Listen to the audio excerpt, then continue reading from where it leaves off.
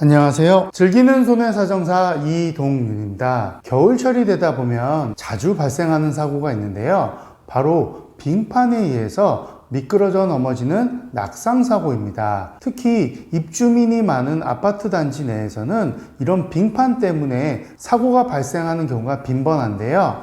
오늘은 아파트 내에서 빙판에 의해서 넘어져 척추 압박골절에 부상을 입으신 피해자분의 보상 사례를 소개시켜 드릴까 합니다. 2024년 12월 23일 오전 9시경에 피해자분께서는 거주하시는 자택에서 외출을 하기 위해 엘리베이터를 타고 1층 공동현관으로 나가셨다고 합니다. 공동현관 앞 계단이 아닌 장애인 램프 구간을 따라서 걸어서 내려가던 중에 바닥에 형성되어 있던 빙판에 의해 미끄러져 넘어지시게 되면서 허리를 다치시게 됩니다.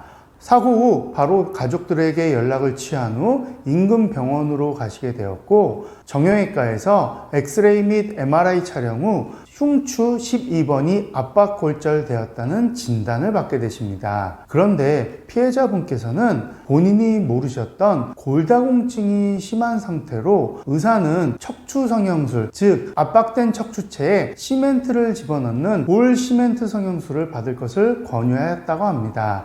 피해자는 수술 및 입원 치료 등으로 병원비가 많이 나오게 되자 아파트 관리사무실 측에 사고 내용을 통보하게 되었고, 이러한 부분에 대한 보상을 요청하셨다고 합니다. 피해자로부터 사고 내용을 접수받은 관리사무실 측에서는 해당 장소에 방문해서 빙판이 있는 것을 확인 후 바닥에 보호 매트를 설치하게 되었고, 벽면에 미끄럼 주의에 대한 안내문도 부착하였다고 합니다. 그리고 아파트가 가입되어 있는 아파트 종합보험으로 해당 사건을 보험 접수하게 됩니다. 보험사로부터 연락을 받게 된 피해자분께서는 피해자의 과실이 적용될 수 있다는 내용과 본인이 이런 배상책임보험에 대해서 전혀 알지 못해 추후 보험사로부터 정당한 보상을 받지 못할 것을 염려하셔서 지인을 통해 저에게 연락을 주셨습니다. 저는 사고 초기에 피해자분과 면담을 진행할 수 있었고, 사고 내용을 파악한 후 피해자분과 사건에 대한 수임 계약을 체결하였습니다. 이후 현장에 방문해서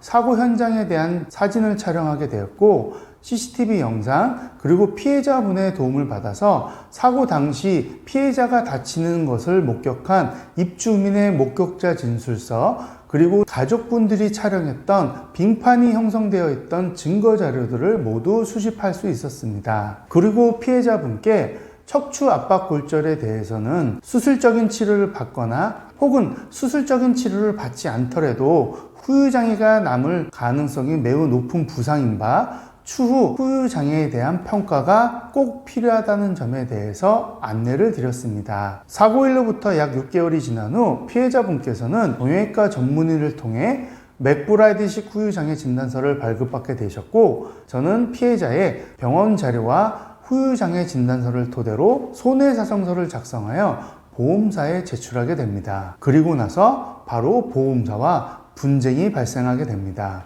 역시 배상책임사고에서는 해당 사고에 대한 과실을 먼저 다투게 됩니다. 법원에서는 아파트 빙판 사고에 대해서 유사한 판례들이 다양하게 존재합니다. 물론 아파트 측의 책임이 없는 판결문부터 아파트 측의 책임을 최대 70%까지 적용된 판례가 있습니다. 그러나 대부분의 판례에서는 아파트 단지 내 모든 빙판이나 눈을 바로바로 즉시 제거하는 것은 불가능하고, 이에 대해서 적절한 조치를 취했다고 하면 이를 모두 아파트의 책임으로 보긴 어렵다고 판결하고 있습니다. 그러다 보니 보험사 측에서는 피해자의 과실을 70%를 적용한 아파트의 책임 30%를 주장하게 되었고, 저는 사고 초기 촬영한 빙판이 있었다는 증거 자료와 목격자 진술서, CCTV 영상을 통해서 해당 사고가 빙판에 의해서 발생했다는 명백한 증거를 제출할 수 있었고,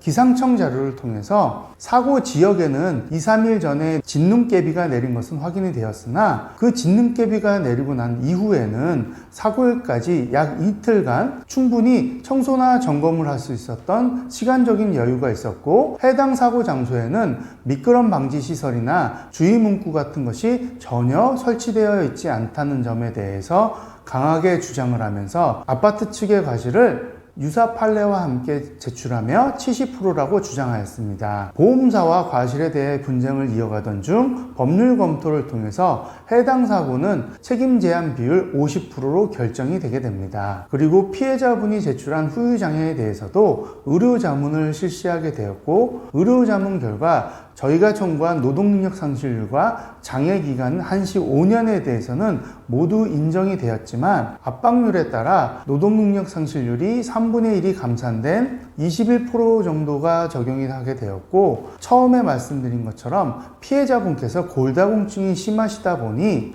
이 골밀도 검사지에 따라서 골다공증이 사고에 기여했던 부분을 감안하여 사고 관여도 80%로 회신하게 됩니다. 이러한 부분에 대해서 피해자분께 법률 검토 내용과 의료자문 회신 내용을 상세히 설명드린 후 피해자분도 수긍하시게 되었고, 그 결과 치료비, 일실 수입, 그리고 위자료 등으로 피해자분께서는 아파트 종합보험으로 2,140만 원이라는 손해배상금을 합의금으로 지급받으실 수 있었습니다. 이번 사고는 겨울철에 자주 발생하는 빙판에 의한 낙상사고였습니다. 사고 초기에 피해자분으로부터 사고를 수임할 수 있어서 사고에 대한 객관적인 자료를 충분히 확보할 수 있어 보험사의 과실에 대한 부분을 잘 대응할 수 있었습니다. 따라서 이런 사고에서는 사고 초기에 얼마나 객관적인 자료를 증빙할 수 있느냐에 따라서 여러분의 과실이나 손해배상금의 차이가 발생할 수 있습니다. 오늘은 아파트 빙판 낙상사고에 대해서 안내를 드렸고요.